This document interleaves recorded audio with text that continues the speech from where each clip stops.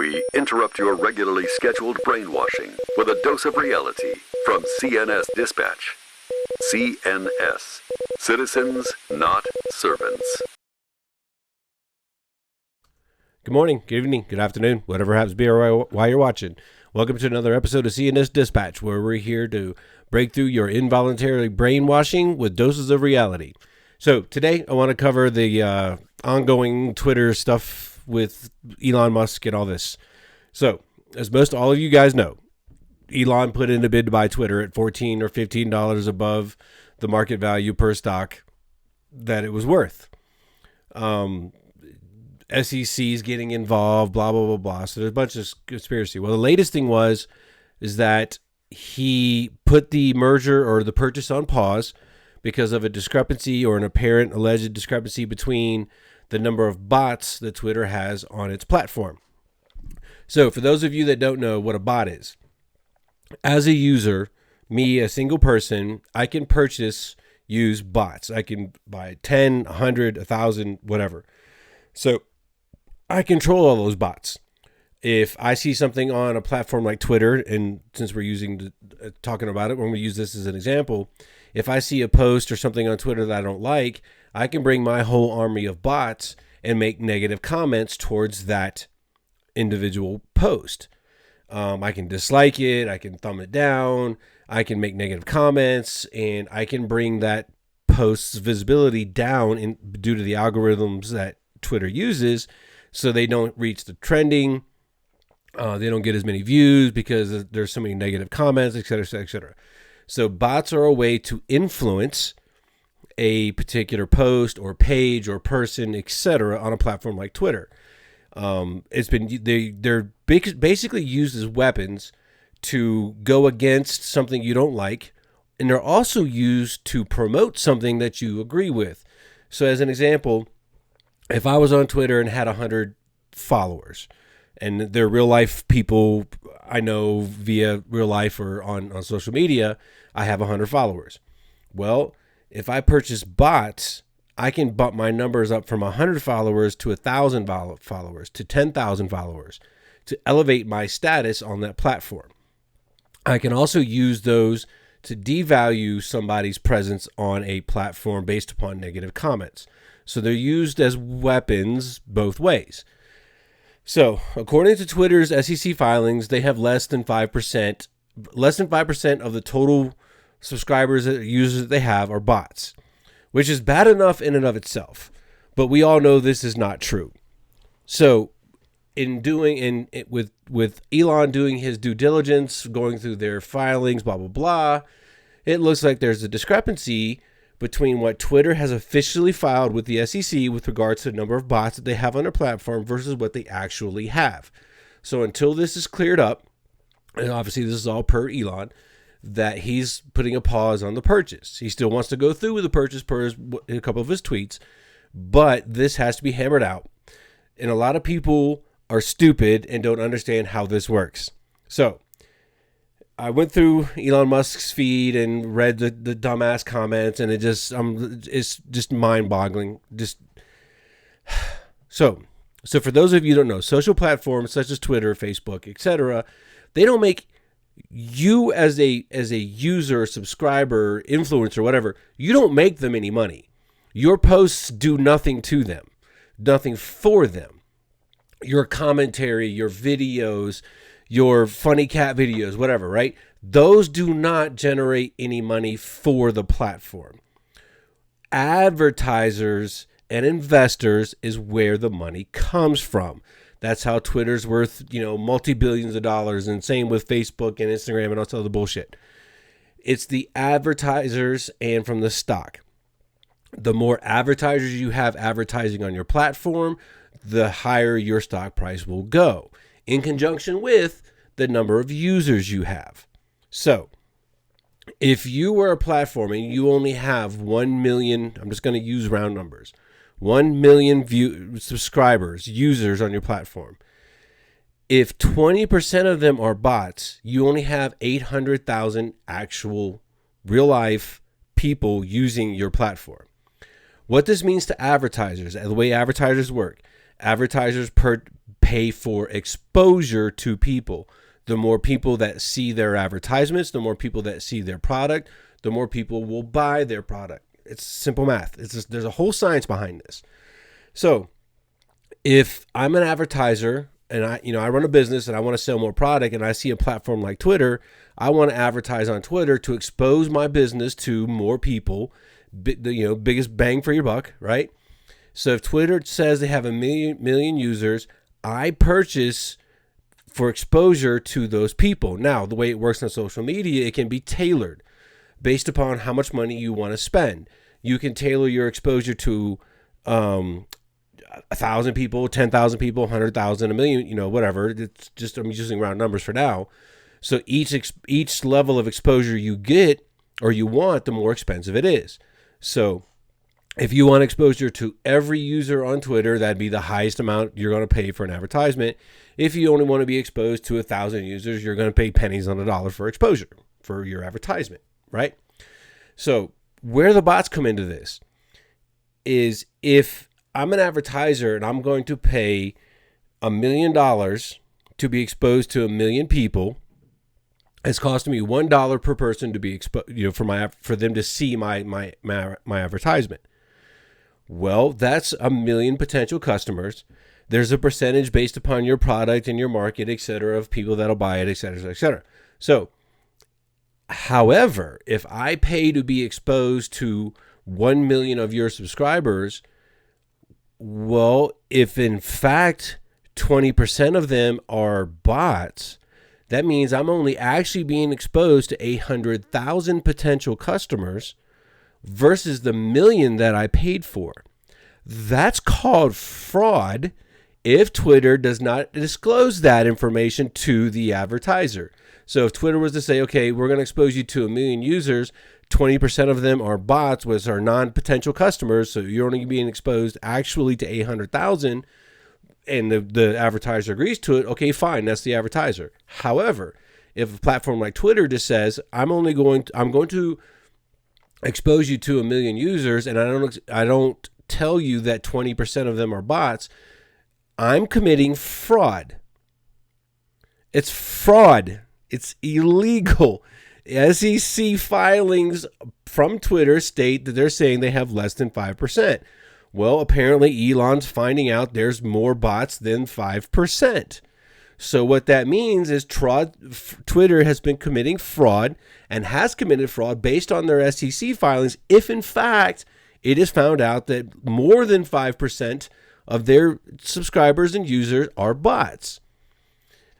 The less active users you have, the less advertisers you're going to have, the less money you're going to bring in, i.e. the less revenue you're going to bring as a company, which will also devalue your stock. So if Twitter is elevating their user number by decreasing their bots, meaning if they actually have 20% bots, but they're only saying 5%, that means that 15% of their advertising are telling the world those are actual users. That's called fraud. If Musk were to go through with this, he'd be a fool at his current offering, because that offering is based off of Twitter's filings of the number of users they have versus the number of bots they say they have. It's fraud. It's illegal to do so, and he would be a stupid business person, which he obviously is not. He's one of the richest people in the world based on his prior businesses. He's not stupid. So if they go in and find out that 20% of their actual users are bots, well then Twitter has committed fraud. They have lied in their SEC filings, and Elon Musk has every right to back out of that because his offer was based off of their filings. The less active users, and there's a term for it, I believe it's called DMAU. It was the number of actual users you have, real people, not just bots, but real people. If that DMAU number is actually proven to be less than what Twitter's filings state, they have committed fraud. Elon Musk has every right to not only back out of the deal and not spend a dime, but now he should have the right to sue them because of their SEC filings being fraudulent. That Twitter should also be punished by the SEC for filing known fraudulent information. So that's how the bots thing works. That's why Elon Musk has put a pause on purchasing Twitter, because there's potential that their SEC filings were fraudulent. It's not that he, faked out people and never really wanted to purchase, or he's just trying to expose them. It's simply fucking business. If I have a potential customer base of 10 million people based on filings, and I find out my potential customer base is only 8,000 people, there's a fucking problem. That's 2,000 less. Keep in mind, bots don't buy anything. They don't.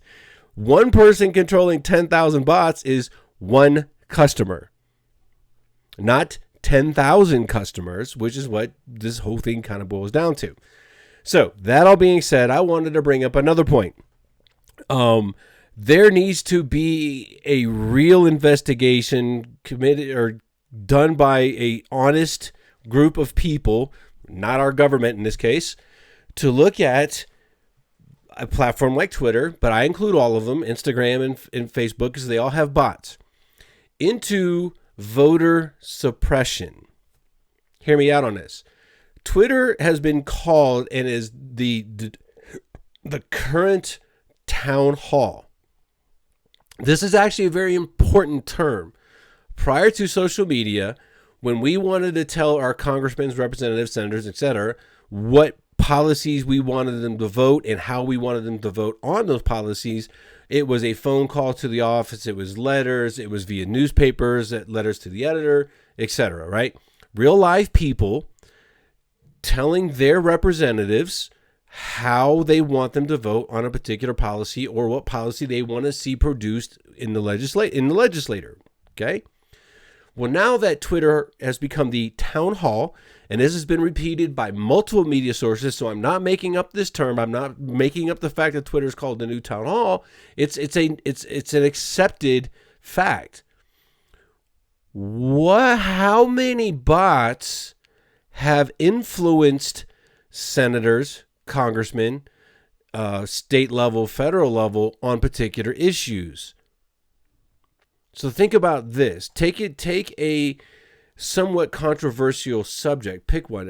If you really want to go into it, we can go into abortion, we can go into Second Amendment, kind of stuff, whatever, right? But just pick an issue. Senators and congressmen and politicians pay very, very close attention to what's going on with Twitter with respect to a specific issue.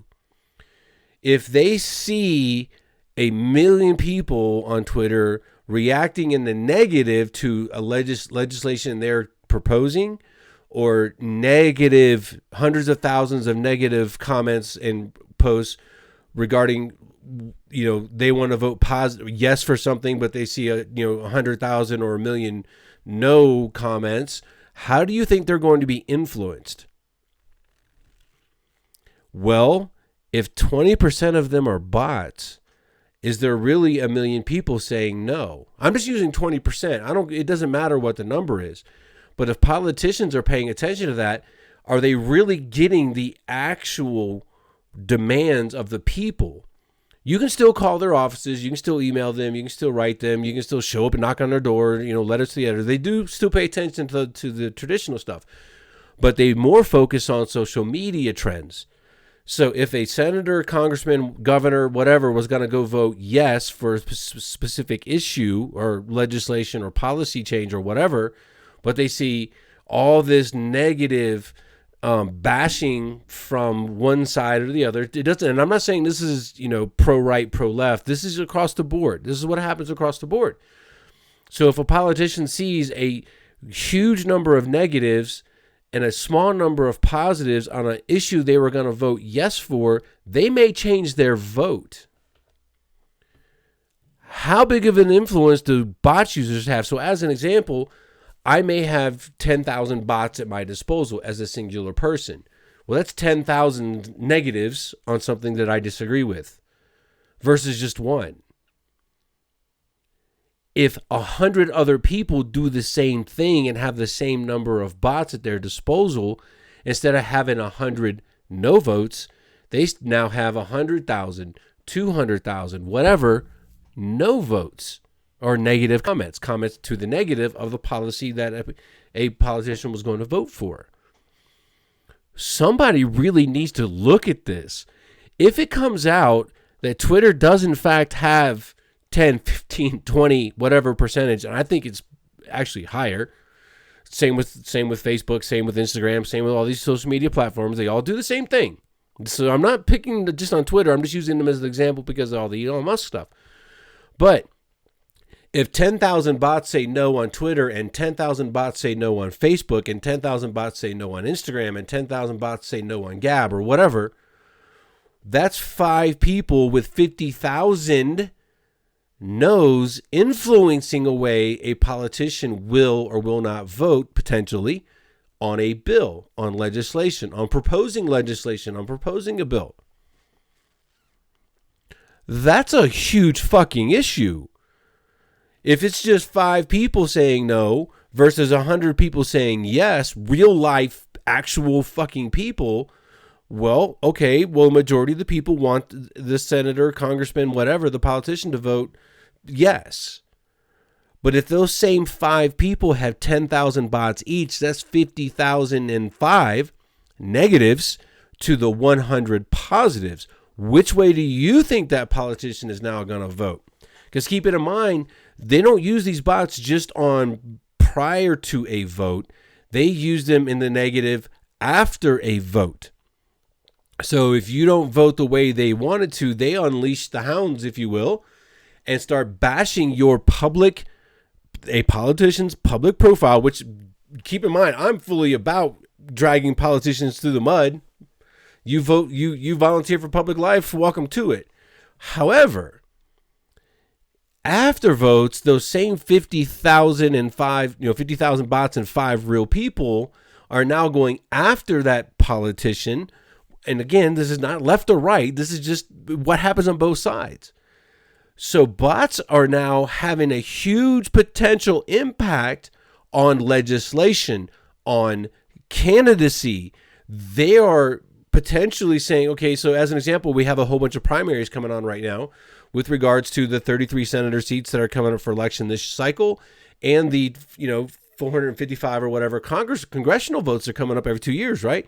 So incumbents are having, they're being primaried. There's vacancies that are, Republicans and Democrats are both primarying people for. How big of an influence do these bots have on which candidate gets the publicity? And that publicity could be positive or that publicity could be negative.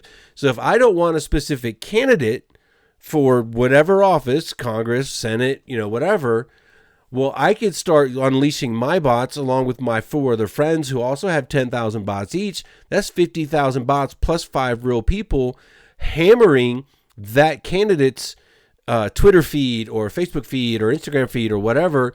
So it's not that particular individual politician that gets affected, but it's the thousands, the millions of people that are looking at their feed to get information on a candidate now see all these 50,005 negative comments. You don't think that has an influence? Hell, letters to the editors have huge impact and always have had huge impact on candidates and candidacies.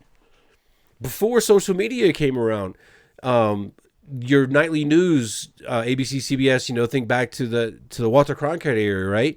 If they didn't like a particular candidate or wanted another candidate, pushed to the top, well, how do you think they had a huge influence on picking candidates?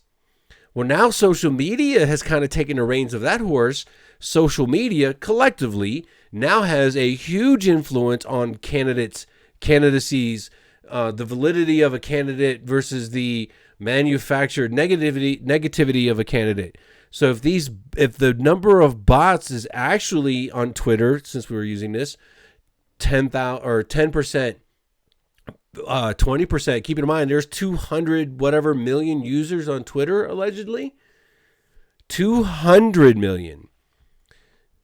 If 10% of them are bots, That's 20 million non-users that can be used to sway which way a candidate votes on legislation or proposes legislation, or which candidates even have a chance to run in this. Like right now, we're in primary season. That's a huge fucking impact, and nobody's thinking about this. There's a big impact that these bots have. A lot of us that have had our battles with social media already know this. You get a bot swarm, you get buried. Not only do they just make negative comments, but they report you 10,000 times. They dislike your post 10,000 times or whatever, right? So they have an immediate impact on bringing your feed, your post or whatever down in the feed. They have the ability to get you muted for 3 days or 30 days, depending upon what social media platform you're on, because they get tens of thousands of reports, all bots, just 1 to 5 or 10 people, actual people, but they're bringing 10,000, 50,000, whatever bots reporting you. That breaks the algorithm, and you get muted. You get put in Twitter, Facebook jail for 30 days where you can't comment or post. If they can shut down a candidate, as an example, for 30 days by doing massive reporting, that has a huge impact on that candidate's candidacy. Especially right now that we're right in the middle of primary season. It's big, and nobody's talking about this. We've all known about bots. It's a given. The amount or number is obviously in dispute in the case of Twitter at the moment. But there's no doubt that there are bots. Let's just say, for an example, it's just 5% per Twitter's filings, potentially fraudulent filings. If there's 200 million users, that's 10 million bots. You don't think those have an impact or an influence on specific things that they target? Somebody needs to look into this. If you can take a candidate like Rand Paul, just as an example, and go through his Twitter feed, since we're talking about Twitter, and you can show when he was talking about a way he was, I'm going to vote negative on this bill or positive on, whatever, right? Pick any politician, it doesn't matter. Again, this is not a left or right thing. But if you can look through their feed and go, of the 100,000 negative comments, 75,000 of them were bots. That meant only 25% of those negative ones were real people. How many positives? Or, flip the script. If people want them to vote a certain way, they may promote a certain issue and do positive comments, right? So this works both ways. But bots potentially have a huge impact on how a candidate's going to vote, what kind of legislation they're going to propose, whether they can even continue their candidacy because they get buried, they don't get the exposure because of the bots and the negative comments and the reporting and the Facebook jail, Twitter jail, suspensions, etc. Why isn't this being talked about? Wonder why. I can't figure this out. Maybe you can help me. This has been a dose of reality from CNS Dispatch.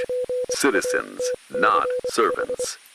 We now return you to your involuntary mental programming.